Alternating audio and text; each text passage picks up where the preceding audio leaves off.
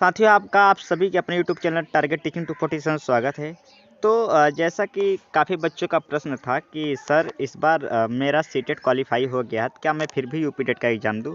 तो आइए इस बारे में चर्चा करते हैं। देखिए बच्चों, जैसा आपको पता है कि सीटेट में यदि आप एससी कैटेगरी से हैं या फिर ओबीसी कैटेगरी से हैं या फिर आप एसटी कैटेगरी से हैं, तो यदि आपका 82 नंबर आ रहा तो इस बार आप सीटेट क्वालिफ़ाई हो गए हैं।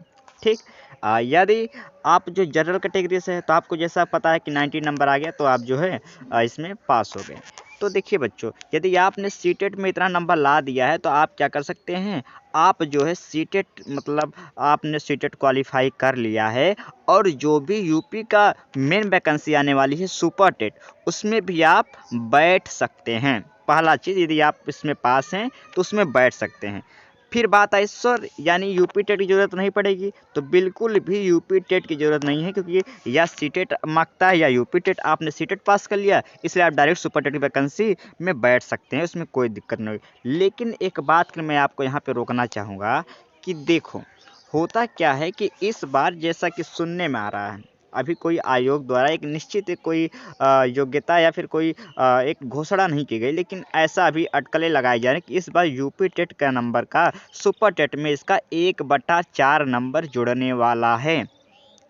ठीक। यदि इसका 1/4 नंबर जोड़ने वाला है तो यानी जो सुपर टेट की वैकेंसी निकलेगी, उसका जो मेरिट बनेगा उसमें ये 1/4 नंबर अपना एक अहम रोल निभाएगा।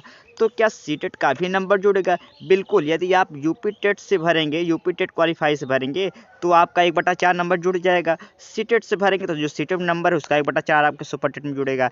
अब यहाँ पे आपका केवल ये मायने नहीं रख रहा कि आपने सीटेट पास कर लिया या जो है फेल है।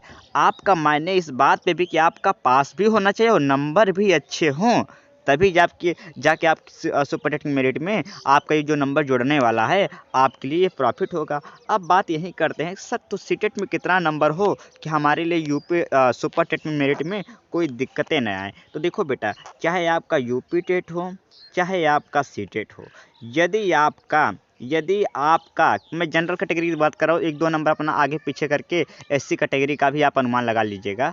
यदि आप जनरल कैटेगरी के हैं तो कम से कम यदि आपका सीटेट या यूपी टेट में 120 नंबर है, यदि नंबर जुड़ता है तभी आपके लिए यहाँ पे एक प्लस पॉइंट रहेगा, आपके लिए एकदम सेफ स्कोर, क्योंकि 120 नंबर एक अच्छा नंबर होता है। यानी एक ऐसा नंबर कि यदि आपका मेरिट जुड़ेगा भी सुपर टेट में तो भी आपके लिए कोई भी नुकसान वाली बात नहीं होगी, आपके लिए तब भी आप सबसे आगे रहें। कितना? 120 नंबर। यदि आपका सीटेट में 120 नंबर बन रहा है, आंसर कैसे मिला लीजिए, यदि 120 नंबर बन रहा है तो बिल्कुल भी आप यूपी टेट तैयारी ना करिए। यदि आपका यूपी टेट सीटेट में 120 नंबर बन रहा है तो बिल्कुल भी आप इस यूपी टेट का एग्जाम की तैयारी ना करिए, फालतू समय इसमें बर्बाद कर रहे हैं। आप चुपचाप super TET D triple S P KVS आदि एग्जाम की तैयारी करिए, पहली चीज़। ठीक। यदि आप यूपी टेट का सुपर टेट में बैठना चाहते हैं तो भी आप यूपी टेट की तैयारी ना करिए, फालतू समय जाएगा। ठीक। यदि आपका 120 से कम नंबर सीटेट में आ रहा है, जैसे किसी बच्चों का 90 आया होगा, किसी का 82 आया होगा, ऐसे कम नंबर है, 90 नंबर, किसी का 91 नंबर, अब ऐसे नंबर है तो आपके लिए यहाँ पे जब 1/4 नंबर जुड़ेगा तो आप सुपर टेट मेरिट आपके लिए छटने का चांस बनता है। तो आपके लिए मैं यही कहता हूँ कि एक बार आप जो है यूपी टेट का आप इस बार फॉर्म जरूर भरिएगा, आप एक बार एग्जाम जरूर दीजिएगा, उसमें कोशिश करिएगा कि 120 प्लस नंबर आप गेन करिए, कि 120 नंबर यदि आपका इस बार यूपी टेट या सीटेट में रहेगा तभी जब जाके आपका स्टेट में क्या होगा, आप जो है सेफ स्कोर में गिने जाएंगे, आपके लिए कोई दिक्कत की बात नहीं होगी। तो बस यही कहना चाहते थे आज के सेशन में कि यदि आपका यूपी टेट या सीटेट में यदि 120 नंबर है तो आपको जो है इसमें फिर से यूपी टेट का एग्ज़ाम देने की ज़रूरत नहीं है।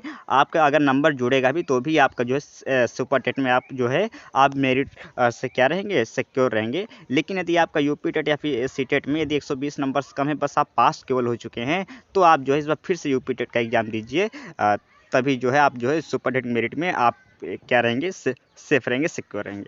तो आपको आज का सेशन समझ में आया कि जो मैंने बिल्कुल आपको सरल भाषा में समझाया। हमें उम्मीद है कि आपको हमारी ये कोशिश अच्छी लगी। यदि आप चाहते हैं टीचिंग एग्जाम संबंधित कोई भी जानकारी सबसे पहले आप तक पहुंच जाया करें, तो आप हमारे चैनल को सब्सक्राइब कर जुड़ जाइए, जिससे हम आगे भी आपकी जो भी टीचिंग या संबंधित हेल्प हो हम करते हैं। तो सुनने के लिए आप सभी का धन्यवाद।